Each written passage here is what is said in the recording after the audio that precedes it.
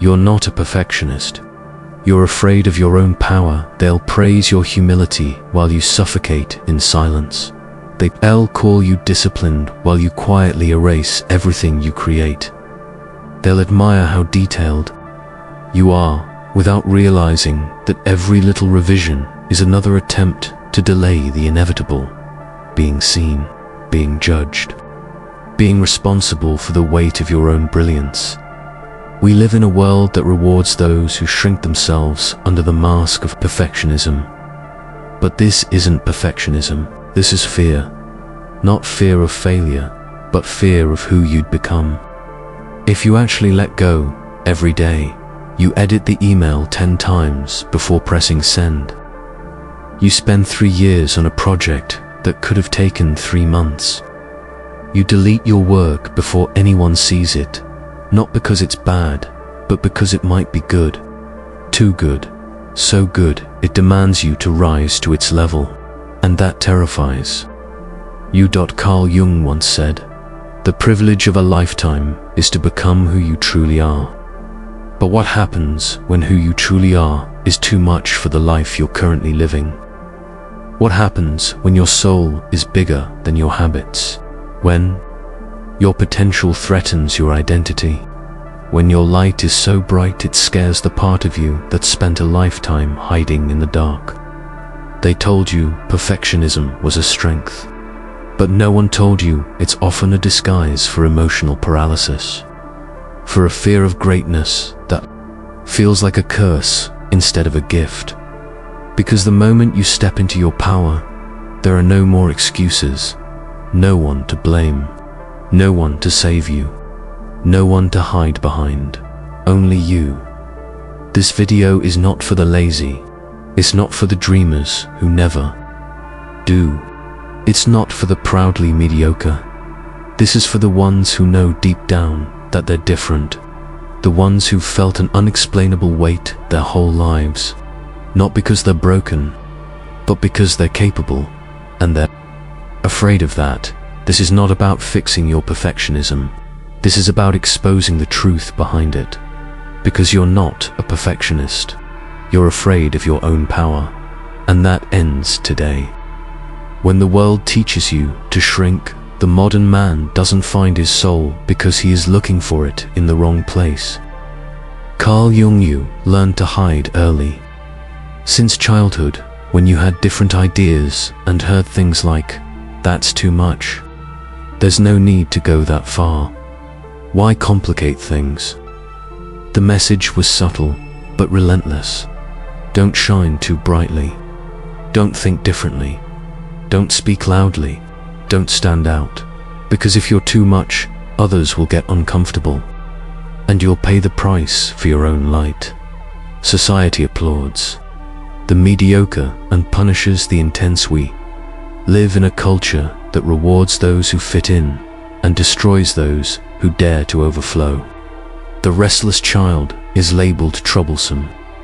The intense teen becomes dramatic. The creative adult gets called an irresponsible dreamer. So you begin to trim your own branches to fit into the frame they gave you. The problem is, that frame was never made for you. Perfection became a social alibi, a way to stay safe. But what kind of safety demands that you deny who you truly are? The cult of performance as anesthesia for the soul in a world where everything is a metric, likes, productivity, efficiency, deliverables. Your essence becomes reduced to output. You're no longer allowed to simply be good. You must be perfect. But perfect never arrives, and so you freeze. Jung warned us, the more we repress what we truly are, the more we become victims of the external world. He researches into the phenomenology of the self, 1951, and what is this external world offering us? Burnout, anxiety, imposter syndrome, depression disguised as productivity. The real story of someone who tried not to bother anyone. Matthias was always top of his class, intelligent, sensitive, creative. But he also kept hearing, Don't correct the teacher, it looks bad. Just do what's necessary. No need to do better than others. If you do too much, you'll be targeted. So Matthias learned to be good, but never excellent. He would start brilliant projects, but never finish them. And the more potential he showed, the more isolated he felt. At 34, he had a panic attack at work. The reason he had just been promoted, success, triggered the trauma, the unconscious belief that shining would bring punishment, abandonment, criticism, because deep down, he had never learned to tolerate his own light. The collective wound that fuels individual fear, the fear of being great, doesn't appear out of nowhere. It is fed by a culture that fears those who see too much, by an education system that rewards obedience, not authenticity, by families that confuse love with control, by friendships that dissolve the moment you start to grow. In this context, perfectionism becomes a survival strategy.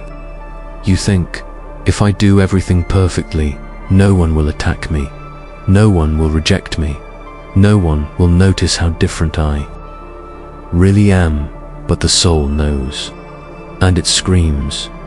Jung once said, "What you resist persists." Psychological aspects of the personality, 1940, resisting your greatness is resisting life itself. And the cost is becoming a functional zombie, alive on the outside, dead on the inside. Culture created the fear, but only you can break it. The second layer of this journey is understanding that your perfectionism didn't originate from within you. It's a reflection of a world that teaches people to shrink themselves in order to be loved. But as long as you keep playing by those rules, you'll keep losing, because the game was designed to make sure the powerful never awaken. The path begins the moment you see this clearly. When you understand that you're not wrong for being uncomfortable with mediocrity, ... It's the system that's afraid of those who break free from it. Until you make the unconscious conscious, it will direct your life and you will call it fate. Carl Jung. Not lazy, you're not lost. You're not incapable. You are being silently sabotaged by your own unconscious mind. It's not a flaw. It's a mechanism, a defense system built over years of pain, fear, and rejection. Every time you start to rise, to create, to lead, to love deeply, to commit to your purpose, the unconscious kicks in, pulling you back to the familiar. Not because it wants to hurt you, but because it was wired to protect you. Even from yourself. Your mind doesn't want you to succeed.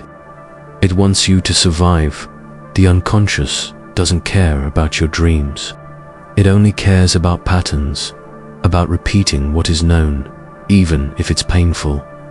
If you grew up in an environment where shining led to criticism, where love was conditional, or where expression was punished, your brain made a silent vow: better stay small, better stay safe.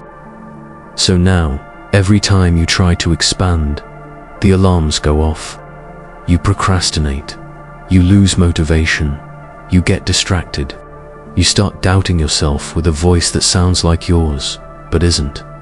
That's not perfectionism, that's trauma. Speaking your language, the false self you've constructed to avoid your real power. Jung called it persona, the mask we wear to meet the expectations of the world. It's the version of you that is acceptable, rational, predictable. Even if it's miserable, behind that mask lives your true self, the source of your power. But to access it, you'd have to drop the performance. You'd have to risk being judged, misunderstood, even abandoned. And that's terrifying. So the unconscious keeps feeding you thoughts like, it's not good enough, you're not ready yet, you'll fix it tomorrow, no one will care. These aren't thoughts. They're defense mechanisms, ancient, automated, and invisible. A real case of self-sabotage disguised as discipline. Daniel was a brilliant musician. At 19, he had already composed pieces praised by professionals twice his age. But he never released anything. He spent years in his room, editing, rewriting, recording again and again. When friends asked why, he'd say, "It's not perfect yet." The truth. He was afraid that if he succeeded, the people around him would no longer relate to him. That if he shined too much, he'd be alone at the top. So he stayed almost there for 12 years. At 31, he burned out. He didn't even touch the piano anymore. Not because he stopped loving it, but because the war inside him had drained his soul. Perfectionism is the mind's way of freezing you before you become unstoppably young, taught that the unconscious contains both our darkness and our brilliance. And what we fear most is often not our weakness, but our light. The shadow is not just the dark side, it also contains the golden potential we're too afraid to claim. Carl Jung. So you remain paralyzed, stuck between the person you pretend to be and the person you were meant to become. And the longer you delay this confrontation, the louder the sabotage gets. Anxiety increases. Procrastination becomes chronic. You start to believe the lie that maybe you just don't have what it takes. But that's not true. What you don't have is permission. You've been waiting for someone to give it to you, but no one's coming. The only way out is in this chapter isn't about blaming yourself. It's about understanding that your mind is not broken, it's misinformed. You're not weak, you're wounded, you're not indecisive. You've been conditioned, and your unconscious is doing what it believes will keep you safe. But safety isn't growth, and perfectionism isn't peace. It's a cage lined with gold. One does not become enlightened by imagining figures of light, but by making the darkness conscious.